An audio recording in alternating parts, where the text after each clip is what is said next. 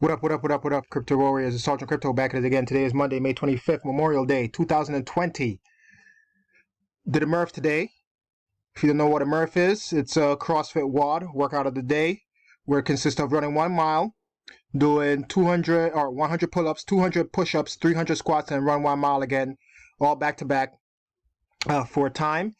And it was named after Michael Patrick Murphy, who was a United States Navy SEAL officer who was awarded the U.S. military's highest decoration, the Medal of Honor, for his actions during the war in Afghanistan. He was the first member of the U.S. Navy to receive the award since the Vietnam War. Look him up. I hope you thank the veteran today, and let's get into it.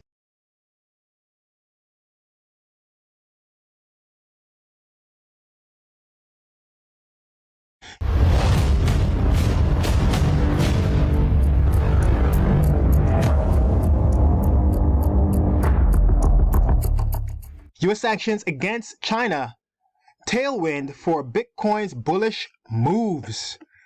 So according to this article, just give you a quick breakdown. What they're trying to say in this article is, whenever we saw the U.S. and China battle it out with their sanctions or not their sanctions, but with their trade wars, we saw a big pump in the price of Bitcoin. All right, Bitcoin once shared a near perfect correlation with Chinese yuan. As the national currency fell, the cryptocurrency popped higher. So as they were devaluing their current currency, Chinese citizens were buying up Bitcoin to basically store their wealth. The starkly different assets established proximity in mid-2019 at the heights of the U.S.-China trade war. Bloomberg reported that investors used Bitcoin as a hedge against yuan's intentional devaluation by the People's Bank of China. Demand for the cryptocurrency was so high that people were willingly paying a $300 premium for it. That is quite possibly good news. And the reason why they're bringing sanctions against the Chinese government is because of what China is going to supposedly do to Hong Kong. There's a lot of riot and chaos in Hong Kong right now, allegedly. I don't know, I'm not there. But there's a lot of riots there from what I've been seeing on the news and on YouTube and things of that nature, because China wants to impose draconian laws on Hong Kong.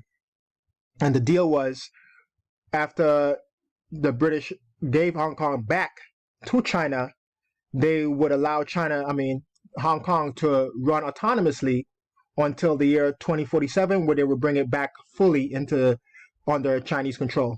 But they're trying to jump the gun by 27 years. So that, so I don't know how that's going to work out. Next, well, hopefully, it works out in the favor of the people of Hong Kong. Next, we have Africa is experiencing a crypto renaissance.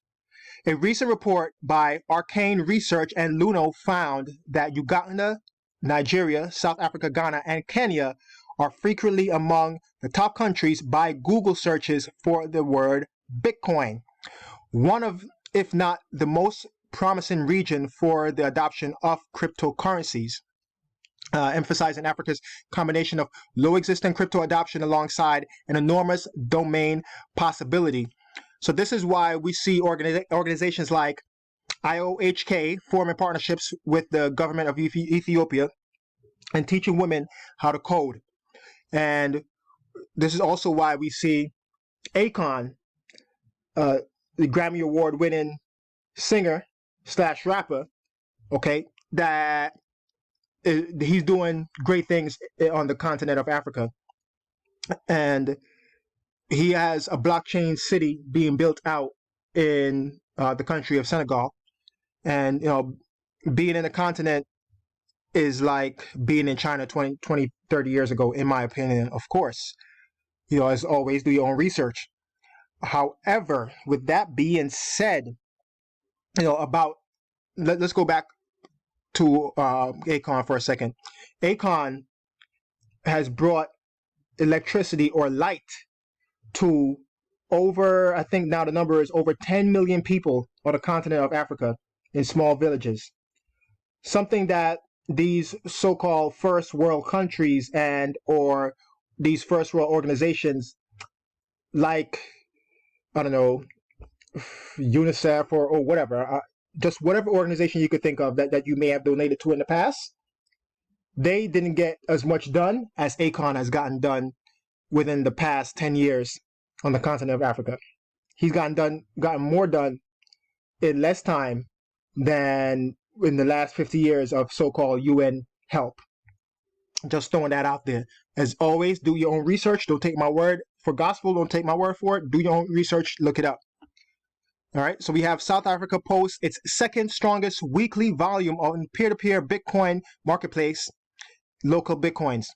And I think the adoption of Bitcoin / crypto will be huge because the continent as a whole didn't have banks clamoring to get their business.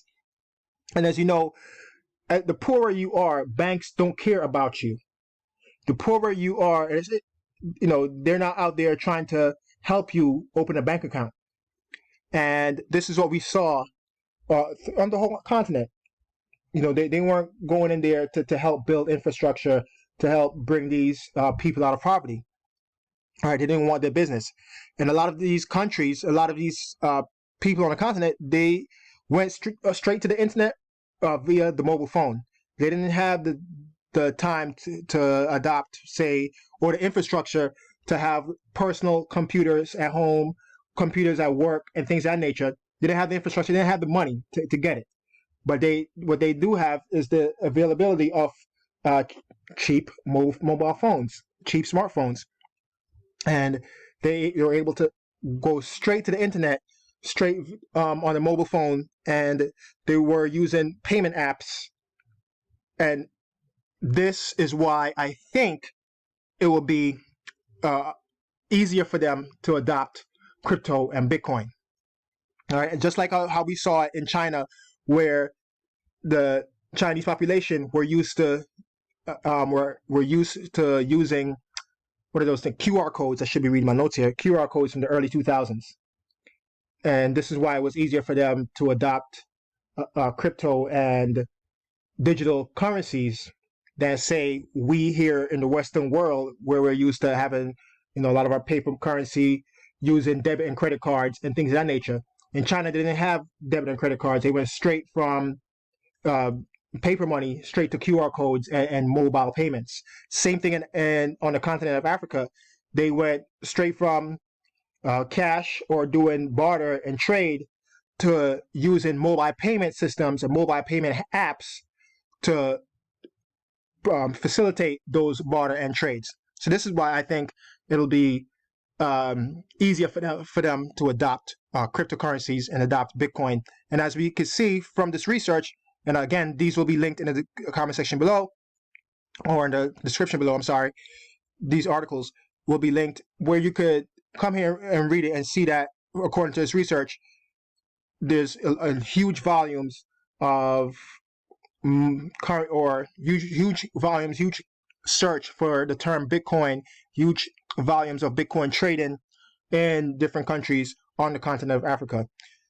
So if you have an idea or some kind of business idea or something like that, it may be wise for you to move forward or set up shop somewhere on the continent, because as you grow, they will grow, and vice versa. Just an idea that I'm throwing out there. But as always, thank you for watching. Smash that like, hit that subscribe button, notification bell, and let's discuss it some more in the comment section below. It's Sergeant Crypto, and I am out. Peace.